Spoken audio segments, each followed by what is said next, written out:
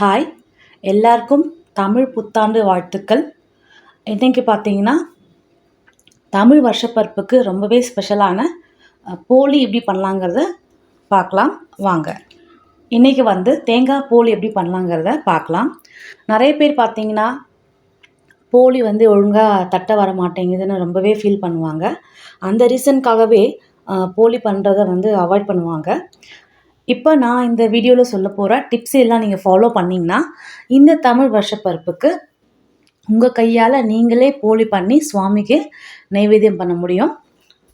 ஒரு பர்ஃபெக்டான போளி எப்படி பண்ணலாங்கிறத பார்க்கலாம் வாங்க. அதுக்கு ஃபஸ்ட் ஒரு பாத்திரம் எடுத்துக்கலாம். அதில் பார்த்தீங்கன்னா நாம் போளிக்கு தேவையான மாவு அதில் கலந்துக்கலாம். அதுக்கு ஃபஸ்ட்டு ஒரு கப் மைதா மாவு எடுத்துக்கலாம். நெக்ஸ்ட்டு நாம் சேர்க்க போகிற இந்த ஒரு மேஜிக் பொருள் தான் பார்த்தீங்கன்னா உங்களுக்கு ஈஸியாக போளி தட்டுறதுக்கு உதவியாக இருக்க போகுது. அது என்னென்னு பார்த்தீங்கன்னா சிரோட்டி ரவை. அதாவது ரொம்ப நைஸாக இருக்கும். நம்ம நார்மல் உப்புமா பண்ணுறதுக்கு யூஸ் பண்ணுற ரவையை விட ரொம்பவே நைஸாக இருக்கும். கடைகளில் நீங்கள் சிரோட்டி ரவைன்னு கேட்டால் உங்களுக்கு கொடுப்பாங்க. சப்போஸ் உங்களுக்கு இந்த ரவை கிடைக்காத பட்சத்தில் நீங்கள் வீட்டில் உப்புமா பண்ணுறதுக்கு யூஸ் பண்ணுற ரவையை கொஞ்சம் நைஸாக மிக்சியில் போட்டு அரைச்சிட்டு அந்த ரவையும் நீங்கள் யூஸ் பண்ணலாம். சிரோட்டி ரவை பார்த்திங்கன்னா இந்த அளவுக்கு ரொம்பவே நைஸாக இருக்கும். நாம் ஒரு கப் மைதா எடுத்துருக்கோம் இல்லையா, அதுக்கு 1/4 கப் அளவுக்கு இந்த ரவை சேர்த்து நம்ம நல்லா கலந்துக்க போகிறோம். நெக்ஸ்ட்டு பார்த்திங்கன்னா இதில் ஒரு பிஞ்ச் உப்பு சேர்த்துக்கலாம். அந்த மாவுக்கு வேண்டிய உப்பு ஜஸ்ட்டு ஒரு பிஞ்ச் போதும், ரொம்ப ஜாஸ்தி வேண்டாம். அது கூடவே பார்த்திங்கன்னா கொஞ்சமாக மஞ்சள் தூள் சேர்த்துக்கலாம். இப்போ பார்த்திங்கன்னா நம்ம ஆட் பண்ண உப்பும் மஞ்சளும் அந்த மாவு கூட நல்லா மிக்ஸ் ஆகணும். அந்த அளவுக்கு நல்லா கலந்து விட்டுக்கலாம். நெக்ஸ்ட்டு பார்த்திங்கன்னா இதில் ஒரு 3 டேபிள் ஸ்பூன் எண்ணெய் சேர்க்க போகிறோம். எண்ணெய் நீங்கள் நல்லெண்ணெய் விட்டுக்கலாம், அப்படி இல்லைன்னா ரீஃபைண்ட் ஆயில் அந்த மாதிரி நீங்கள் யூஸ் பண்ணிக்கலாம். நெக்ஸ்ட்டு பார்த்திங்கன்னா எண்ணெய் விட்டுக்கலாம். நான் இன்றைக்கி ஒரு 3 டேபிள் ஸ்பூன் எண்ணெய் விட்டுருக்கேன். இதில் நம்ம எந்த பொருளுக்கு அப்புறம் எந்த பொருள் சேர்க்கிறோங்கிறது ரொம்பவே முக்கியம். இந்த விஷயத்தை நீங்களும் ஃபாலோ பண்ணிங்கன்னா நீங்களுமே ஒரு பர்ஃபெக்டான போளி பண்ண முடியும். எண்ணெய் விட்டு இப்போ மாவு நல்லா கலந்தாச்சு. நெக்ஸ்ட்டு பார்த்திங்கன்னா தேவையான அளவுக்கு தண்ணி சேர்த்து நல்லா மிக்ஸ் பண்ணிக்க போகிறோம். தண்ணி சேர்க்கும்போது பார்த்திங்கன்னா ரொம்ப ஜாஸ்தியாக சேர்க்காமல் கொஞ்சம் கொஞ்சமாக சேர்த்து நீங்கள் மாவு கலங்க. அப்போ தான் உங்களுக்கு கரெக்டான பதம் இருக்கும். சப்போஸ் நீங்கள் தண்ணி ஜாஸ்தியாக ஆட் பண்ணிட்டீங்கன்னா கொஞ்சமாக மைதா மாவு சேர்த்து நீங்கள் அதை கரெக்டாக அட்ஜஸ்ட் பண்ணிக்கோங்க. இப்போ பார்த்திங்கன்னா நம்மளோட போளி மாவு ரெடியாக இருக்குது.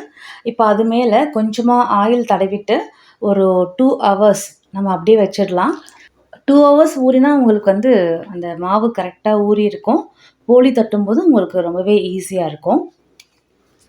நெக்ஸ்ட்டு பார்த்திங்கன்னா அந்த மாவு மேலே கொஞ்சமாக எண்ணெய் விட்டு ஃபுல்லாக ஸ்ப்ரெட் பண்ணி மூடி வச்சிடலாம். ஒரு 2 ஹவர்ஸ்க்கு அப்படியே இருக்கட்டும். அதுக்குள்ளே பார்த்திங்கன்னா நாம் தேங்காய் பூரணம் ரெடி பண்ணிக்கலாம். அதுக்கு தேவையான பொருள் பற்றி பார்க்கலாம் வாங்க. தேங்காய் பூரணத்துக்கு பார்த்திங்கன்னா நாம் தேங்காவை நல்லா நைஸாக அரைச்சிக்கணும். எந்த அளவுக்கு நீங்கள் நைஸாக அரைக்கிறீங்களோ அந்த அளவுக்கு உங்களுக்கு போளி தட்டும்போது ஈஸியாக இருக்கும். இப்போ பாருங்கள், நான் இந்த மிக்ஸி ஜாரில் தேங்காவை இந்த மாதிரி கட் பண்ணிவிட்டு நைஸாக அரைச்சிக்க போகிறேன். தண்ணி சேர்க்காமல் அரைக்கணும். இப்போ பாருங்கள், நம்ம நல்லா அரைச்சாச்சு. இந்த அளவுக்கு நல்லா உங்களுக்கு நைஸாக அரைஞ்சிருக்கணும். நெக்ஸ்ட் ஒரு கடாய் எடுத்துக்கலாம். அதில் பார்த்திங்கன்னா தேவையான அளவுக்கு வெல்லம் சேர்த்து அதில் கொஞ்சமாக தண்ணி விட்டு அது மெல்ட் ஆகட்டும். இதில் உங்களுக்கு பாகுபதம் வரணும் அந்த மாதிரி எந்த கண்டிஷனும் கிடையாது. ஜஸ்ட்டு அந்த வெல்லம் கரைஞ்சால் போதும். இப்போ வெல்லம் பார்த்திங்கன்னா நல்லா கரைஞ்சிருக்கு. இதில் நாம் அந்த நைஸாக அரைச்சி வச்சுருக்க தேங்காயும் சேர்த்து நல்லா மிக்ஸ் பண்ணிக்க போகிறோம். இதுலேயும் பார்த்திங்கன்னா ரொம்பவே ஜாஸ்தியாக தண்ணி சேர்க்காமல் ஜஸ்ட்டு வெல்லம் கரைஞ்சால் போதும். அந்த அளவுக்கு தண்ணி சேர்த்திங்கன்னா உங்களுக்கு ரொம்ப நேரம் கிளற வேண்டிய அவசியம் இருக்காது. அப்படி இல்லாத பட்சத்தில் அந்த தண்ணி சுண்டுற அளவுக்கு நீங்கள் அதை வெயிட் பண்ண வேண்டியிருக்கும்.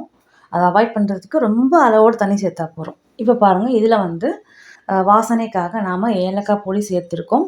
அது கூடவே ஒரு ஸ்பூன் நெய் சேர்த்துருக்கோம். நல்லா மிக்ஸ் பண்ணி விட்டுடலாம். இப்போ நெக்ஸ்ட்டு பார்த்திங்கன்னா அந்த தேங்காயும் வெல்லம் நல்லா சேர்ந்து வந்திருக்கு. தண்ணி சுத்தமாகவே இல்லை. இந்த ஸ்டேஜில் நம்ம ஸ்டவ் ஆஃப் பண்ணிடலாம். அதுக்கப்புறம் பார்த்திங்கன்னா கொஞ்சமாக ஆறுனதுக்கப்புறம் இந்த மாதிரி சின்ன சின்ன பால்ஸாக நீங்கள் பண்ணி எடுத்து வச்சுக்கலாம். அப்போ வந்து உங்களுக்கு அந்த போலி தட்டும்போது ரொம்ப ஈஸியாக இருக்கும். இப்போ பார்த்தீங்கன்னா 2 ஹவர்ஸ் கிட்ட ஆயிடுச்சு. நம்ம மேல் மாவு வந்து நல்லா ஊறி ரெடியாக இருக்கு. அதே மாதிரி தேங்காய் பூரணம் பார்த்தீங்கன்னா அதுவும் ரெடியாக இருக்கு. இப்போ நெக்ஸ்ட்டு போலி பண்ண ஆரம்பிச்சிடலாம். இந்த மாதிரி சின்ன பால் சைஸில் மேல் மாவு எடுத்து இந்த மாதிரி தட்டிக்கங்க. அதில் வந்து நம்ம ஏற்கனவே பால் பண்ணி வச்ச அந்த தேங்காய் பூரணம் வச்சு நம்ம ஃபுல்லாக கவர் பண்ணிக்கலாம். இந்த மாதிரி நம்ம உள்ளே இருக்க பூரணம் பார்த்திங்கன்னா ஃபுல்லாக கவர் ஆகிருக்கணும். அந்த மாதிரி இருக்கும்போது தான் நீங்கள் வந்து போலி தட்டும்போது அந்த பூரணம் வந்து வெளில வராமல் இருக்கும். இப்போ பாருங்கள், நம்ம ஃபுல்லாக கவர் பண்ணிவிட்டு ஃபுல்லாக க்ளோஸ் பண்ணியாச்சு. இப்போ வந்து உங்களுக்கு எந்த அளவுக்கு மெலிசா வேணுமோ அந்த அளவுக்கு நீங்கள் ஈஸியாக தட்ட முடியும். கையில் வந்து கொஞ்சமாக நெய்யோ எண்ணெயோ தடவிண்டு இந்த மாதிரி நீங்கள் தட்டினீங்கன்னா ரொம்ப ஈஸியாக உங்களுக்கு தட்ட வரும். நான் இன்றைக்கி வந்து நம்ம வீட்டில் யூஸ் பண்ணுற ஆயில் கவர் இருக்கு இல்லையா, அந்த கவர் தான் நான் கட் பண்ணி எடுத்துட்டுருக்கேன். அதுலேயே வந்து பாருங்கள் உங்களுக்கு எவ்வளோ ஈஸியாக உங்களுக்கு வந்து போலி தட்ட வருது. இதுக்காக நீங்கள் வந்து பட்டர் ஷீட்லாம் வாங்கணுங்கிற அவசியம் கிடையாது. வாழை இலை இருந்தால் நீங்கள் அதுவுமே போலி தட்டுறதுக்கு யூஸ் பண்ணிக்கலாம். வாழை இலையில் தட்டி பண்ணும்போது இன்னுமே டேஸ்ட் ரொம்ப நல்லாயிருக்கும். நாம் எடுத்துட்டுருக்க அந்த மேல் மாவு இருக்கு இல்லையா, அதோட பதம் கரெக்டாக இருந்தால் உங்களுக்கு இந்த அளவுக்கு மெலிசாக வந்து போலி தட்ட முடியும். அதே மாதிரி நான் சொன்ன மெஷர்மெண்ட்டில் மைதாவும் ரவையும் சேர்த்து நீங்கள் மாவு கலந்து பண்ணும்போது உங்களுக்கு வந்து ரொம்பவே மெலிசாக வந்து போலி தட்ட முடியும். இப்போ நெக்ஸ்ட்டு பார்த்திங்கன்னா தோசைக்கல் காஞ்சதுக்கப்புறம் அதில் வந்து நாம் தட்டி வச்சுருக்க போலி சேர்த்து 2 பக்கம் நல்லா வேக விட்டு எடுக்க போகிறோம். வேக வைக்கும்போது பார்த்திங்கன்னா கொஞ்சமாக நெய் சேர்த்துட்டு வேக வச்சிங்கன்னா ரொம்ப வாசனையாக இருக்கும். இப்போ உங்களுக்காக பார்த்திங்கன்னா செகண்ட் டைம் நான் உங்களுக்கு போலி தட்டி காமிக்கிறேன். அது நீங்கள் கரெக்டாக நீங்கள் நோட் பண்ணிக்கோங்க. அதே மாதிரி நீங்கள் பண்ணும்போது நீங்களும் வீட்டில் பர்ஃபெக்டாக போலி பண்ணலாம்.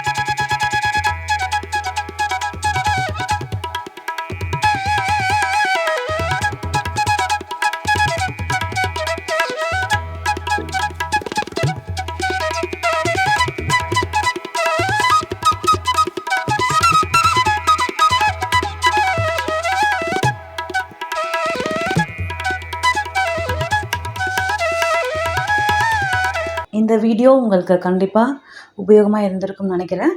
மறக்காமல் சப்ஸ்கிரைப் பண்ணுங்கள், லைக் பண்ணுங்கள், கமெண்ட் பண்ணுங்கள்.